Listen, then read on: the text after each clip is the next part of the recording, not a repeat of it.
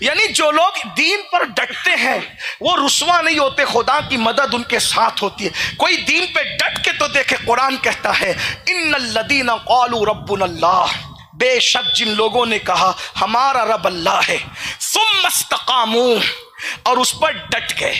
دیکھو یہ وقت تو ڈٹنے کا ہے، ہٹنے کا نہیں ہے، ڈٹنے کا ہے۔ اور مومن کی شان ہے ہر دور ڈٹنے کا ہے۔ جس دن مومن ڈٹتا ہے اس دن زمانہ ہٹتا ہے۔ اگر سب کو ہٹانا ہے تو خود کو ڈٹانا پڑے گا۔ ثم استقاموا، ڈٹ جاؤ اللہ کے دین پر۔ ڈٹنے کا کیا مطلب ہے؟ ایک صحابی کہتے ہیں یہ کہا میرا رب اللہ ہے، اس پہ ڈٹ جاؤ، اب ادھر ادھر نہ دیکھو، بلکہ مصیبت دے تو بھی راضی ہے اور راحت دے تو بھی راضی۔ بلکہ ہم نعمت اور مصیبت نہیں دیکھتے بلکہ دینے والے ہاتھ دیکھتے ہیں، ہے نا؟ یہ ہے وہ جو دے دے، بیماری دے تو حضرت ایوب کی طرح لے لیا کرو، اور شفا دے تو بھی ایوب کی طرح لے لیا کرو۔ ایک بات کہوں، جب بیماری دیتا ہے نا تو پھر خود خیریت بھی پوچھتا ہے۔ کوئی مومن تو بن کے دیکھے، حضرت ایوب سے کسی نے پوچھا تھا اتنے بیمار رہے، اتنے بیمار رہے، سب نے ساتھ چھوڑ دیا اور پھر آج اچھے ہو گئے، صحت مند ہو گئے، دونوں دور میں اچھا دور کون سا ہے؟ حضرت ایوب کہتے ہیں جب بیمار تھا تو مزے ہی کچھ اور تھے، اس کی تکلیف دینے کے انداز بھی جدا ہیں۔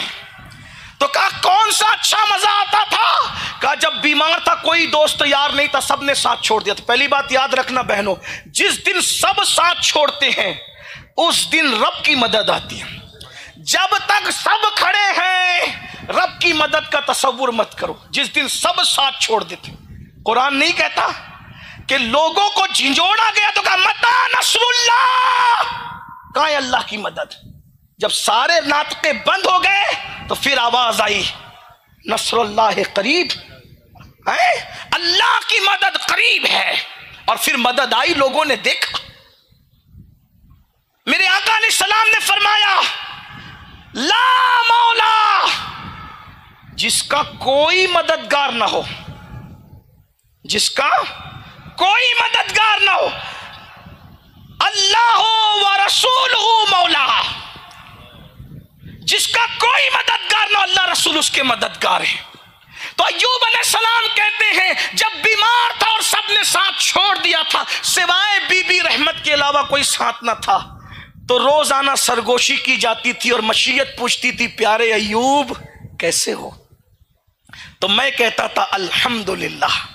تو یار پوچھتا تھا کیسا ہے اور ہم کہتے تھے الحمدللہ، جب سے اچھا ہو گیا ہوں۔ اب وہ آواز نہیں آتی، اس آواز میں اتنا مزہ تھا کہ کسی نعمت میں اتنا مزہ نہیں ہے۔ کوئی اس کا ہو کر تو دیکھے، اللہ اکبر۔ تو جس نے اللہ کی راہ کے اندر اپنے آپ کو قربان کیا مدد آئی۔ قرآن کہتا ہے کیا ہوتا ہے؟ جو ڈٹ گیا، تتنزل علیہم الملائکہ، یہ عربی زبان کا حسن ہے۔ قرآن نے کیا بات کہی ہے، اس پر فرشتے نازل ہوتے ہیں، کیونکہ عربی زبان میں واحد تثنیہ جمع قلت جمع کثرت، نہ واحد کا سیگا نہ تثنیہ کا سیگا نہ جمع قلت کا سیگا۔ جمع قلت 3 سے شروع ہوتا ہے 9 پہ ختم ہوتا ہے، قرآن نہیں کہتا۔ قرآن کیا کہہ رہا ہے؟ جمع کثرت کے ساتھ ملائکہ، نہ ایک فرشتے آتے ہیں، نہ 2 آتے ہیں، نہ 3 آتے ہیں، نہ 9 آتے ہیں، فرشتوں کی پوری جماعت آتی ہے۔ تتنزل علیہم الملائکہ اللہ تخافوا، فرشتے کہتے ہیں اللہ تخافوا ولا تحزنوا، غم مت کر، خوف مت کھا، وابشروا بالجنۃ التي كنتم توعدون نحن اولیاؤکم فی الحیاۃ الدنیا وفی الآخرہ۔ اس جنت کا جس سے تجھ سے وعدہ کیا گیا ہے اس کی بشارت لے، اور ہم کوئی مددگار نہیں ہے نا، فرشتے کہتے ہیں ہم تیرے مددگار ہیں دنیا میں بھی اور آخرت میں بھی۔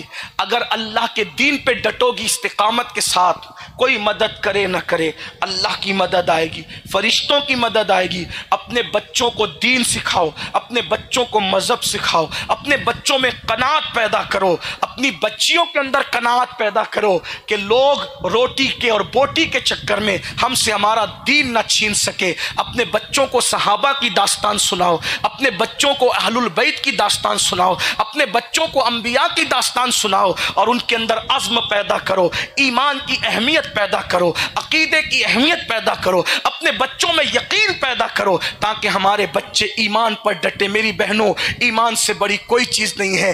آخری جملہ کہتے ہوئے رخصت ہوتا ہوں۔ لوگ کہتے ہیں فلاں مقدر کا سکندر ہے، فلاں مقدر کا سکندر ہے۔ میں نے کہا سکندر کیا اور اس کی حیثیت کیا اور اس کی اوقات کیا؟ سکندر وہ ہے جس نے آدھی سے زیادہ دنیا فتح کیا، یہی سکندر ہے۔ میں نے کہا کیا حیثیت ہے اس کی؟ سکندر ہمارے مقدر پہ ناز کیا کرے۔ کہا وہ کیوں؟ میں نے کہا اس نے آدھی سے زیادہ دنیا فتح کی، پھر بھی مرا تو جنازے میں ہاتھ خالی لے کر گیا۔ اس کے مقدر میں آدھی سے زیادہ دنیا ہے، مگر دنیا سے جاتا ہے تو خالی ہاتھ جاتا ہے۔ او سکندر، تو ہمارے مقدر پہ رشک کر کہ تیری قسمت میں آدھی سے زیادہ دنیا ہے اور ہمارے مقدر میں آمنہ کا لال ہے، اور ہم جب دنیا سے جائیں گے تو خالی ہاتھ نہیں جائیں گے، جنازے میں دامن مصطفیٰ لے کر کے جائیں۔ ہم سے بڑھ کر بھی کوئی خوش نصیب ہے، لیکن حضور سے وفا کرو گے تو، اپنے بچوں کے اندر دین کی محبت پیدا کرو گے تو۔ سنی دعوت اسلامی کا مقصد یہی ہے، دین پر استقامت سیکھیں، اپنے بچوں کو دین پر استقامت، خواہشات کو کچل دیں اور جذبہ پیدا کریں کہ دین کے لیے جو کچھ قربان کرنا پڑے گا قربان کر دیں گے۔ جو جان مانگو تو جان دیں گے، جو مال مانگو تو مال دیں گے، مگر نہ ہم سے یہ ہو سکے گا۔ نبی کا جاہو جلال دیں گے، انہیں جانا انہیں مانا، نہ رکھا غیر سے کام، للہ الحمد میں دنیا سے مسلمان گیا۔